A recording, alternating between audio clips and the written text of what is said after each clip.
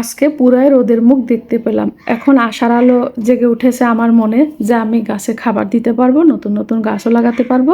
অনেক কষ্ট হচ্ছিল আমার, এখন শুধু ভেন্ডি আর পুঁই শাক অবশিষ্ট আছে।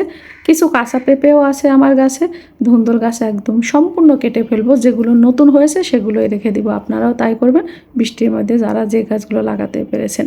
এখন আপনারা হচ্ছে বেগুন বীজ আর টমেটো বীজ ফেলে দিন এখনই, তারপরে এখন লাগালে তার সামনে সেই টমেটোগুলো আগাম পাবেন আপনারা। আমার মরিচ গাছে অলরেডি অনেক সুন্দর সুন্দর মরিচ ধরেছে, বৃষ্টির মধ্যে এগুলো রক্ষা করতে পেরেছিলাম।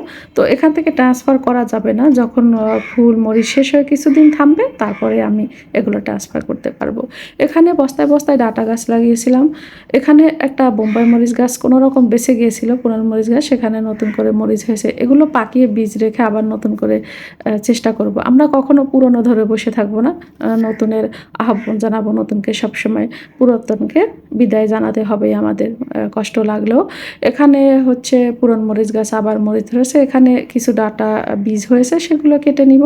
এই বস্তাগুলো সম্পূর্ণ মাটি রিপেয়ার করব। আবার আমরা কাঠের গুঁড়ি মিশিয়ে নিতে পারি, আপনারা শুকিয়ে কাঠের গুঁড়ি বা ব্যবহৃত চা পাতি এগুলো মিশিয়ে মাটিগুলো আবার নতুন করে ব্যবহার করতে পারেন। সেগুলো পচবে আর সারে পরিণত হবে, সেখানে ফসলও পাওয়া যাবে। এই পুরন মাটিতে যদি আপনারা গাছ লাগান সেক্ষেত্রে কিন্তু কোনো ভালো সুফল পাবেন না। এখন আপনারা সিম, লাউ, বরবটিও এখন লাগাতে পারেন, এগুলোই লাগাবেন। টমেটো, আরও